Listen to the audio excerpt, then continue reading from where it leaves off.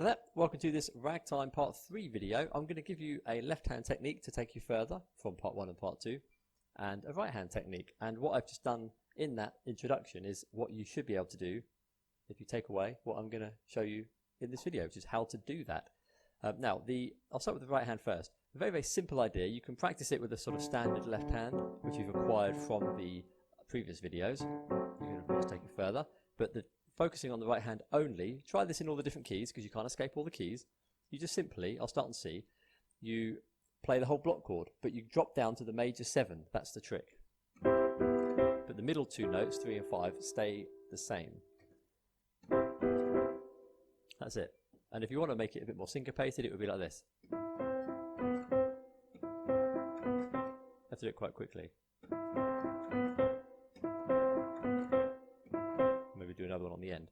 So maybe just try, I'll just do that with the left hand. The left hand is not playing a major 7. There's only a few chord types in ragtime, and major 7 is very, very rare, if not never.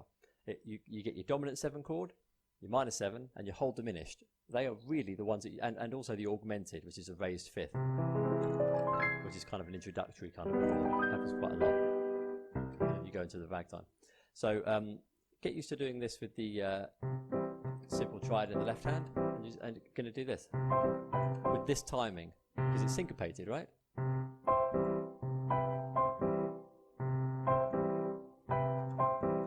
So there's variations I did there, or this one. There's a delay, and I play it at the same time as the left hand, and other times I don't. So there's two variations there. Let's go to the key of D. So that would be C sharp. Or doing it together. Another example in E, but this time I'll do the simple bass, the stride. So we'll go to the D sharp, of course. Maybe I'll do it here even.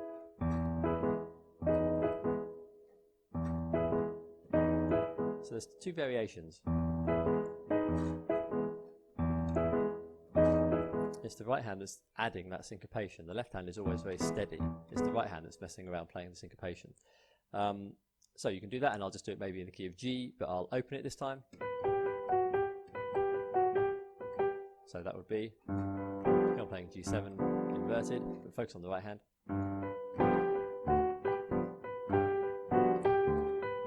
That's quite a fun one to do. So maybe just try that in the cycle of fourths, or create your own little progression. You might follow the blues progression, 1, 4, 5. Lots of variations. But that's generally the idea, and you'll see that in a lot of ragtime music. And that's what I did at the beginning of this piece. So just to give you that piece that I did as a mini tutorial, black and white rag, you're playing C major, but it's actually the second inversion, and you're going down to F sharp, but it happens to be the C. So there you go. There's a lesson. You can do this technique with an inversion, which means you're not going down to the actual major 7 of the key of the chord, which would of course be B in this case. We're not doing it because we're not doing it in root position. We're doing it inverted.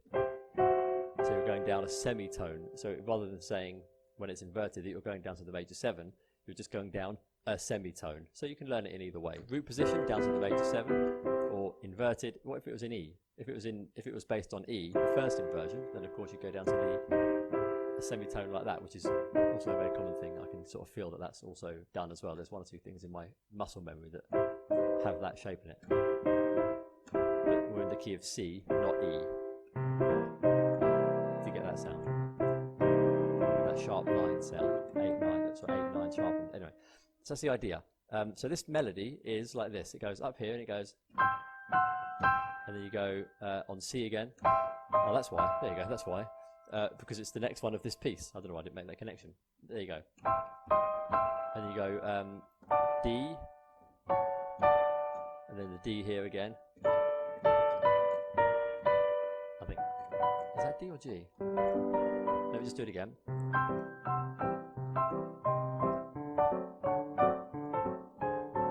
Yeah, it's like that. You're just playing the third inversion. It's the second inversion again. You're doing it on the A. I've got the 7 in here. Don't need to play the F sharp or the D. You could, I guess, but it sounds quite nice. Just in ragtime, it's quite sparse. You don't really play thick block chords. So that one I just do with C. And you're going on to that note, which in the key of D is a flat 5, and that's kind of a nice sound because it's a blues note. from the blues scale. So you need to practice these little things. So that melody is going again with a very simple left hand. E, major 7, inverted, A, and then you're just doing this thing in G. Of course, the left hand is bouncing, but very basically it's in G, and you're on the third, and you're going, like, it sounds like this. And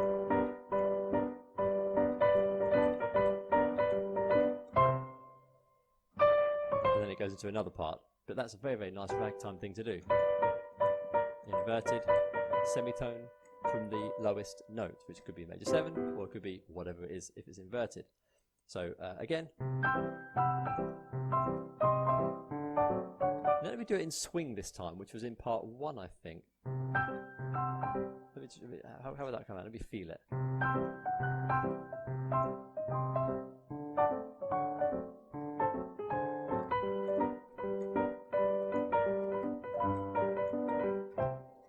Something like that. Anyway, so that's quite fun.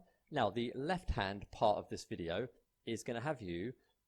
Originally, you've learnt the basic stride up to a 4-note chord, hopefully, and you've added to that you can do it as an octave, which is quite nice. And I also believe I told you that you can add the third above the root with the octave or without the octave. So with the octave, third is an octave, root is an octave, third is an octave. That's really ragtime. If you can put that together with this,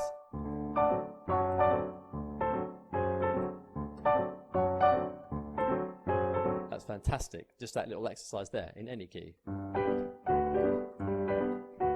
Very, very nice. You're going to now, and you can also, I don't think I said it in the last one, but I'll say it now anyway. You can ascend the left hand like that, which gives it even more depth.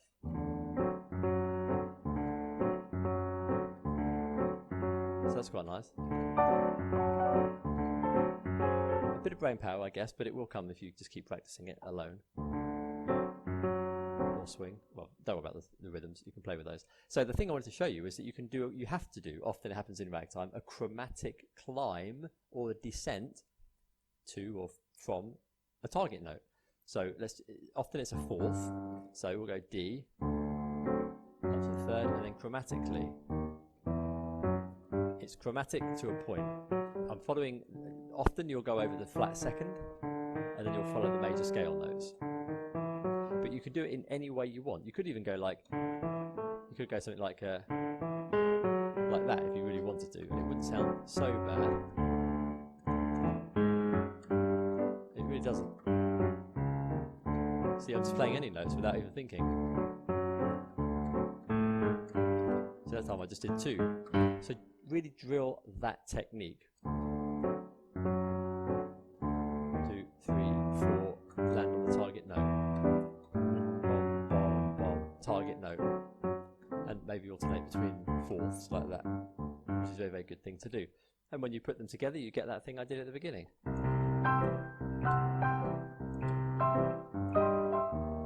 I just did it there, that chromatic thing. Open octaves.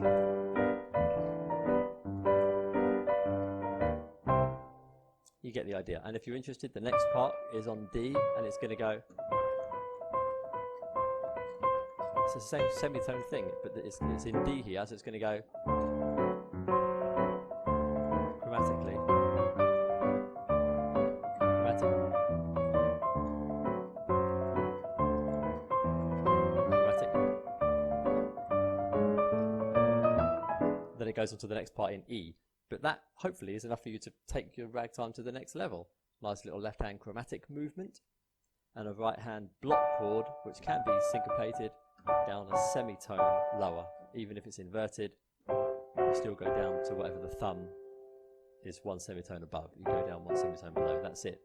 Maybe make your own exercises, put them together. You'll be very, very ready for the later videos of this little ragtime series, which seems to be getting longer and longer, to be able to play some very, very good ragtime. So there you go. As always, I'd like to comment, subscriptions are always welcome. Have a look at my video management website, Waterpenism Syllabus, and Patreon perhaps, and all the other links are below. I'll see you in the next video. All the best, and bye for now.